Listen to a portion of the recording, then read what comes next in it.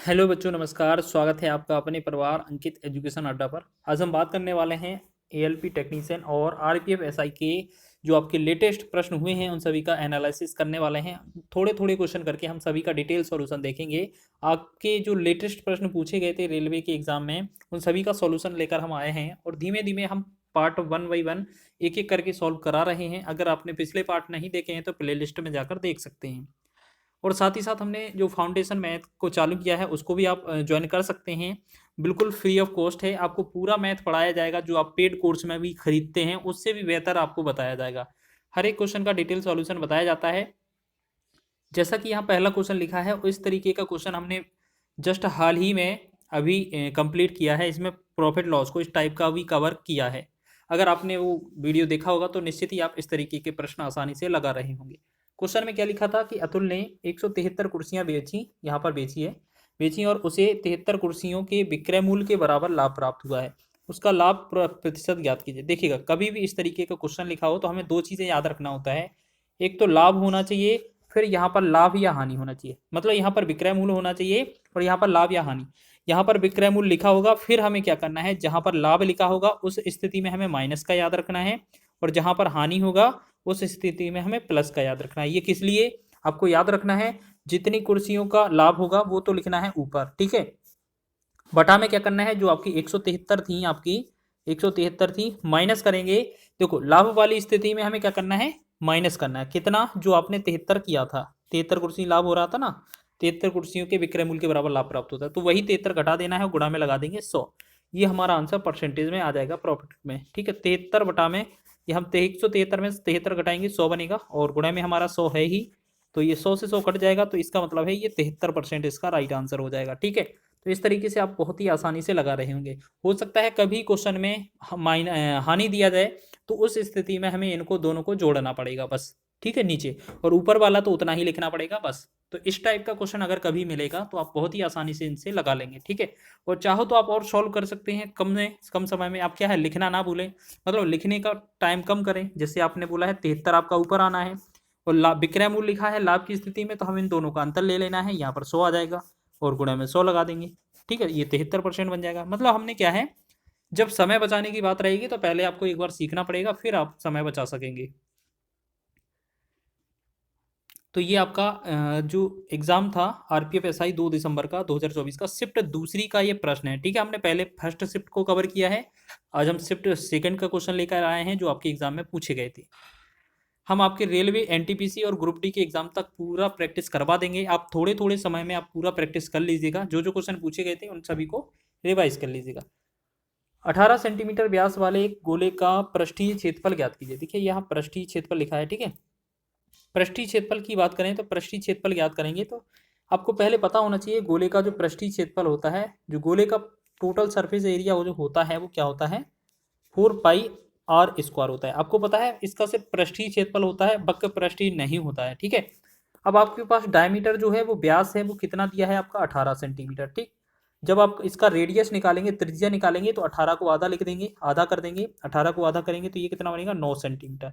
बस हमें आंसर कर देना है इसको सॉल्व करके। तो आपको क्या करना है, यहाँ पर रखकर हमें सॉल्व कर देना है, ठीक है ना। तो यहाँ पर हम क्या करेंगे, वैल्यू पुट करें 4 गुणे में, देखो 4 हो गया गुणे में पाई का वैल्यू। अब इसमें कुछ बोला नहीं गया है तो आप चाहें तो 3.14 रख लीजिए, क्योंकि 7 से वैल्यू कोई कट नहीं रहा है, तो 3.14 भी रख सकते हैं, या 22/7 भी रख सकते थे, या एक काम करें 22/7 ही रख लें आप, ठीक है। और गुणे में आप क्या करेंगे, r² का मतलब है 81 रख लेंगे, ठीक। अब हमें क्या करना है, यहाँ पर एक चीज़ याद रखना, या तो विकल्प में कुछ मिस्टेक दिया हुआ है, ठीक है ना, या तो क्वेश्चन में विकल्प में मिस्टेक दिया हुआ है। इन सभी के साथ पाई होना ज़रूरी है, ठीक है। पाई के रूप में आंसर पूछा गया होगा तो ये पाई के रूप में आंसर हो जाएगा, ठीक है। तो हमें क्या करना है इस स्थिति में, ये जो पाई का मान 22/7 रखा है ना, तो ये नहीं लिखेंगे हम, और ऐसे क्या लिखेंगे, पाई का पाई ही लिखा रहने देंगे। जब 4 का गुणा करेंगे इसमें, देखो अब ये कोई ये पूछेगा कि ये 81 कैसे आया, जब r का वैल्यू 9 है तो r² का वैल्यू क्या आएगा 81, बस इसका गुणा कर देना, 4 एकम 4, 4 अट्ठी 32, तो ये हो जाएगा 324 पाई, ठीक है। तो ये हो जाएगा आपका 324 पाई। तो इसका राइट आंसर क्या हो जाएगा हमारा 324 पाई। तो इस तरीके से आप बहुत ही आसान तरीके से इन क्वेश्चनों को कवर कर लेंगे, ठीक है ना। चलिए ठीक है, तो पाई का याद रख लेना, पाई इसमें नहीं दिया है तो एडजस्ट कर लेना, पाई इसमें हो सकता है आपका। पृष्ठीय क्षेत्रफल के बारे में बोला गया था। चलिए आगे बढ़े नेक्स्ट क्वेश्चन की ओर। अगला क्वेश्चन देखेंगे। क्वेश्चन क्या लिखा है हमारा, एक व्यक्ति किसी निश्चित दूरी को 4 किलोमीटर प्रति घंटे की चाल से 7 घंटे में तय करता है और कुछ अतिरिक्त दूरी को 2 किलोमीटर प्रति घंटे की चाल से 2 घंटे में तय करता है। कुल दूरी के लिए औसत चाल क्या होगी। तो आपको पता है ना औसत चाल क्या होता है। औसत चाल जो होता है ना, औसत चाल एवरेज स्पीड जो होता है वो होता है हमारा कुल दूरी बटा में कुल समय। ठीक, कुल दूरी बटा में कुल समय, ये आपका फॉर्मूला होता है। ठीक है, तो अब आपको करना क्या है ये चीज़ समझ लें। आपको पहले बताएं कि 4 किलोमीटर प्रति घंटे की स्पीड से अगर 7 घंटे में जाएंगे तो पहली दूरी आपकी क्या हो जाएगी। देखो दूरी बराबर 4 गुणे समय, तो या 4 गुणे में 7 हो जाएगा, तो ये हो जाएगा 28 किलोमीटर। ठीक है, दूसरी दूरी अगर निकालेंगे तो ये D2 कितना आ जाएगा, 2 किलोमीटर प्रति घंटे की स्पीड से जाते हैं 2 घंटे में, तो ये 2 किलोमीटर की स्पीड से 2 घंटे में कितना, 4 किलोमीटर।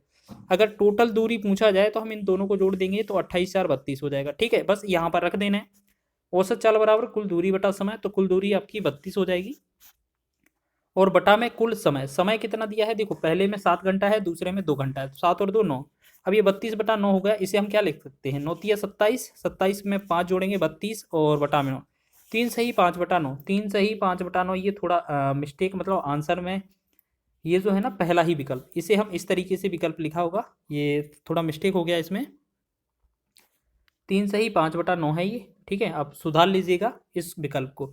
बाकी का तो 3 किसी में विकल्प दिया ही नहीं है, तो ये बाकी तो विकल्प गलत होने थे। तो 3 सही 5 बटा 9 जो होगा इसका हमारा राइट आंसर हो जाएगा। तो इस तरीके का ये क्वेश्चन भी आपका आरपीएफ एसआई के 2 दिसंबर वाले शिफ्ट में पूछा गया था। अब आपको क्या है क्वेश्चनों पर ध्यान रखना है कि किस किस तरीके से क्वेश्चन बना था। अगला देखिएगा, एक वर्गाकार भूखंड का क्षेत्रफल 15,876 वर्ग मीटर है। भूखंड का प्रत्येक भुजा की लंबाई ज्ञात कीजिए। देखिएगा ये आपका मेंसुरेशन से रिलेटेड क्वेश्चन है। आपका वर्ग का क्षेत्रफल दिया है, वर्ग का क्षेत्रफल क्या होता है, ए स्क्वायर। ए स्क्वायर की वैल्यू कितना है, 15,876। ठीक है ना, 15,876।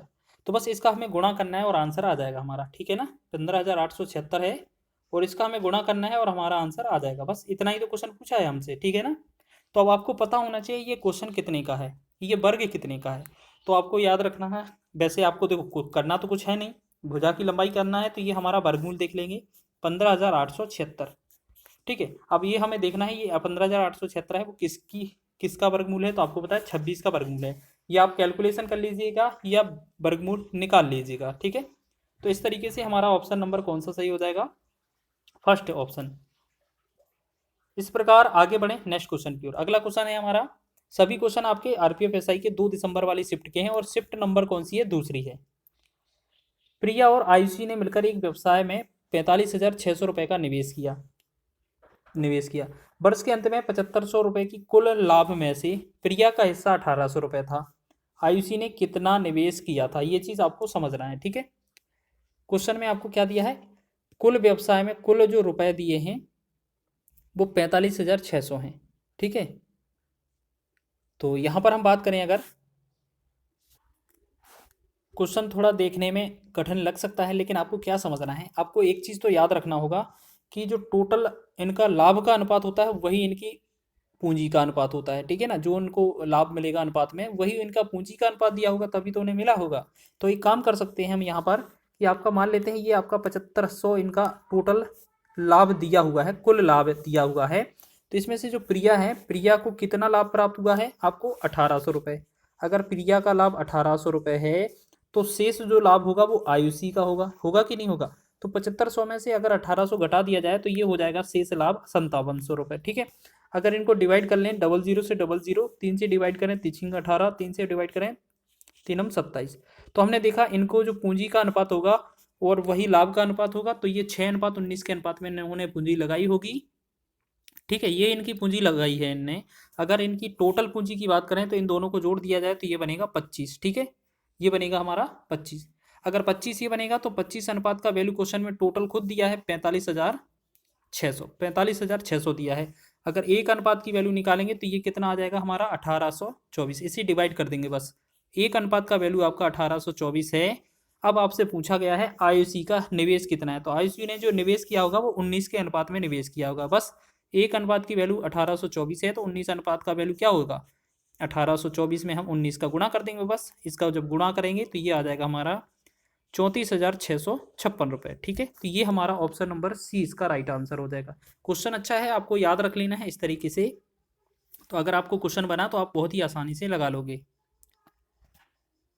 नेक्स्ट क्वेश्चन की बात करें तो अगला क्वेश्चन देख लीजिए। अगला क्वेश्चन भी बहुत ही अच्छा है कि 8 संख्याओं का औसत 20 है, इनमें से 5 संख्याओं का औसत 16 है, शेष 3 संख्याओं का औसत ज्ञात कीजिए। अब आपको क्या करना है, आपको देखना है 8 संख्याओं का औसत। अगर हम बात करें 8 संख्याओं का योगफल की, अगर हम बात करें 8 संख्याओं के योगफल की, तो हम 20 गुणे में 8 कर देंगे कि नहीं करेंगे। 20 गुणे 8 जो हो जाएगा तो 8 16 160। ये तो हो गया कितना, 8 संख्याओं का योगफल। ठीक है, इसे हम ऐसे लिख लेते हैं, T8 लिख लेते हैं। ठीक है, T8 का मतलब है 8 संख्याओं का टोटल कितना आ रहा है, 160।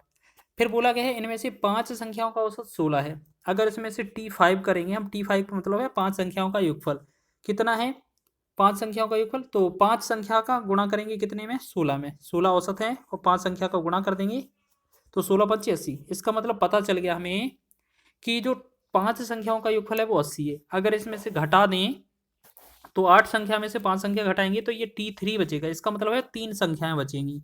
और यहाँ पर हम यहाँ से घटाएंगे, इनमें से तो घटा ही दिया, 160 में से 80 घटाएंगे तो ये भी कितना बचेगा, 80।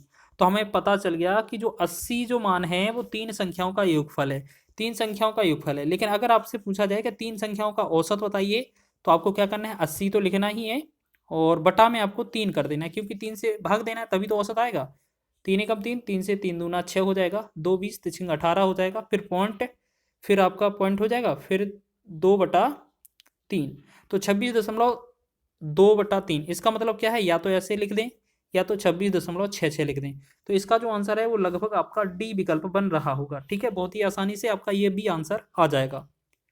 ठीक है, तो ये भी आपने आंसर कर लिया होगा अगर इस तरीके से बनाया होगा। क्वेश्चन बहुत आसान है, बस सारे के सारे क्वेश्चन आपको कॉन्सेप्ट पर आधारित थे, टाइप पर आधारित थे। ठीक है, चलिए नेक्स्ट क्वेश्चन की बात करें। क्वेश्चन लिखा गया था कि निम्नलिखित का मान ज्ञात कीजिए। यहाँ पर इस तरीके से विकल्प दिए थे, लिखा है 81/3 गुणे में, इसमें करली ब्रैकेट दिया है 40/8 प्लस में 34/2 और गुणे में 9-7। तो इसको सीधा यहीं से डायरेक्ट सॉल्व करें। सबसे पहले छोटा कोष्टक, फिर मझला वाला, फिर बड़ा वाला। ठीक है, और इसके पहले फिर जब सॉल्व करेंगे तो भाग गुणा फिर जोड़ घटाना, घटाना जोड़। ठीक है, तो 3 से इसी डिवाइड कर दें तो ये कितना होगा, 27 या 81। देखो ये तो 27 बना। ठीक है, यहाँ पर गुणा है तो गुणा लगा देंगे। ठीक है, अब यहाँ पर आएगा क्या, देखो यहाँ पर आएगा क्या, आपको ऐसे समझना है। देखो यहाँ से 3 से यहाँ कर दिया तो ये तो 27 आ जाएगा। ठीक है, फिर यहाँ पर गुणा दिया है, फिर आपका ब्रैकेट दिया है, तो हम पहले 8 से 8 पंचे 40, 5 आएगा, 2 से 17 दूना 34 हो जाएगा, 9 में से 2 घटाएंगे तो ये बनेगा कितना, 2। आपको पता है पहले गुणा होता है तो 17 का डबल होगा, 17 का डबल कितना होगा, 17 दूना 34, यानी कि यहाँ से यहाँ तक जो वैल्यू आएगी वो कितना आएगी, 34। ठीक है, या तो ऐसे कर लें आप, नहीं तो आप ऐसे समझ लें। इस वाले को कैसे समझ लें कि यहाँ तो 8 पंचे 40 हो ही गया, कि 9 में से 7 में से 9 में से 7 चला जाएगा, 2 बनेगा, 2 गुणा में, अब 2 से 2 कट जाएगा तो ये तो रहेगा 34। अब 34 को और 5 को ऐड कर देंगे तो यहाँ पर ये कितना आ जाएगा आपका, 34 और 5 कितना होगा, 39। बस ये बनेगा 39। अब 27 गुणा 39 करना है हमें, तो ये बताइए 7 का और 9 का गुणा करेंगे तो यूनिट डिजिट जो है वो 3 आना चाहिए कि नहीं। 7 नम 63 होता है, तो यूनिट डिजिट 3 आना चाहिए कि नहीं। अब हम पूरा गुणा करके करें, क्यों, अगर हमें पता है 7 का 9 का गुणा करने पर इकाई का अंक 3 आता है, तो एक ही विकल्प ऐसा दिया है जो आपका आंसर बन जाएगा। या आप इनका गुणा करें दोनों का तो आपका 1053 ही आएगा। ठीक है, तो आपका सी विकल्प आपका राइट आंसर था। तो ये सभी क्वेश्चन आपके आरपीएफ एग्जाम के पूछे गए थे। ठीक है, आरपीएफ एग्जाम के जो 2024 में दिसंबर में पेपर हुआ था, 2 दिसंबर में, इसकी शिफ्ट 2 के प्रश्न थे ये। ठीक है, हम बारी बारी से एक शिफ्ट, दूसरा, तीसरा, ऐसे ऐसे सारे शिफ्टों के हल करने वाले हैं। चाहे आपका एग्जाम आरपीएफ एसआई का हो, एएलपी का हो, टेक्नीशियन का हो, सभी क्वेश्चन करेंगे हम धीमे धीमे। ठीक है, अगर आपको वीडियो पसंद आता है तो वीडियो को लाइक कर दिया करें, शेयर कर दिया करें, चैनल पर नए हैं तो चैनल को सब्सक्राइब कर लिया करें।